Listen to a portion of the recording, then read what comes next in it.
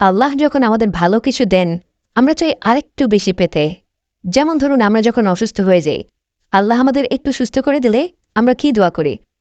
আমরা বলি, আল্লাহ আমাদের পুরোপুরি সুস্থ করে দেন। আল্লাহ তখন বলেন, দাঁড়াও, তুমি যখন পুরোপুরি সুস্থ ছিলে, যখন কোনো ধরনের অসুখ বিসুখ তোমার ছিল না, তখন তো তুমি কখনো আমাকে এত আন্তরিকতার সাথে ডাকোনি, কখনো এত ব্যাকুল হয়ে আমার আমল করনি, এভাবে চোখের পানি ফেলে আমার কাছ থেকে কিছু চাওনি। তাই আমার থেকে উপহারস্বরূপ আমি তোমাকে এই রোগটি দিলাম, এই সমস্যা দিলাম, এই বাধা বিপত্তি দিলাম, কারণ আমি জানি আমার কাছে ফিরে আসার জন্য তোমার এই সমস্যার প্রয়োজন ছিল। অর্থাৎ আমাদের জীবনে যে সমস্যাগুলো আসে, হয়তো সেটা আল্লাহর তরফ থেকে একটা উপহার, একটা নিয়ামত। কারণ 1 সপ্তাহ জ্বর নিয়ে পড়ে থেকে, এমনকি 1 বছর অসুস্থ হয়ে বিছানায় শুয়ে থেকে, অথবা কোনো প্রিয়জনকে হারানোর ফলে যদি আমরা আল্লাহকে পেয়ে যাই, তাহলে বাস্তবে তা শাস্তি নয়, বরং এ হলো আল্লাহর পক্ষ থেকে আমাদের জন্য এক বিরাট উপহার। কিন্তু অনেক সময় আমরা দেখি, যখনই আল্লাহ আমাদের জীবন থেকে কোনো বাধা বিপত্তি, বালা মুসিবাহ সরিয়ে নেন, আমরা তাকে আবার ভুলে যাই। আমরা যেন এটা হতে না দেই। আল্লাহ সুবহানাহু ওয়া তাআলা পবিত্র কোরআনে বলেন, লা ইন শাকারতুম লা আযীদান্নাকুম।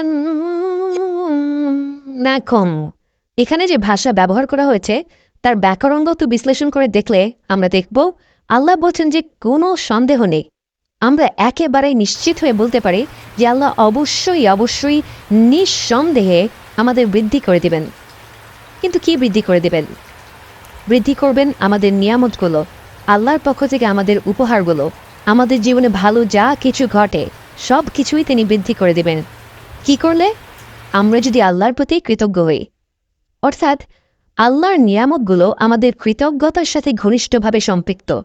আমরা যদি আল্লাহর প্রতি কৃতজ্ঞ না হই, তাহলে আমাদের জীবনে আপাত দৃষ্টিতে যা কিছু ভালো জিনিস আছে তা আসলে আল্লাহর নিয়ামত নয়, বরং এটা আল্লাহর পক্ষ থেকে শাস্তি অথবা একটা বড় ধরনের পরীক্ষা। যেমন ধরুন, একজন মানুষের খুবই আরামদায়ক একটা বিছানা আছে, কিন্তু সে আল্লাহর প্রতি কৃতজ্ঞ না। এই বিছানাটাই তার জন্য আযাব বা শাস্তিতে পরিণত হতে পারে। কিভাবে?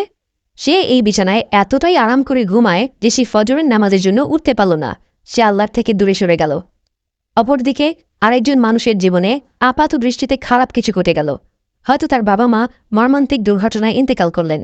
আল্লাহ আমাদের সবার বাবা মার হায়াতকে দীর্ঘ করে দিন, এবং যাদের বাবা মা ইন্তেকাল করেছেন তাদের ক্ষমা করুন। কিন্তু উদাহরণস্বরূপ আমরা দেখি, যদি তার বাবা মা মর্মান্তিক দুর্ঘটনায় ইন্তেকাল করেন, কিন্তু এর ফলে সে ইসলামকে পূর্ণাঙ্গ রূপে পালন করা শুরু করল, সে আল্লাহর প্রতি অকৃতজ্ঞ হল না, এক্ষেত্রে এই আপাত দৃষ্টিতে খারাপ ঘটনাটাই প্রকৃতপক্ষে আল্লাহর তরফ থেকে তার জন্য একটি বিরাট উপহার। আল্লাহ যেন আমাদেরকে তার প্রতি কৃতজ্ঞ হওয়ার তৌফিক দান করেন। আমিন।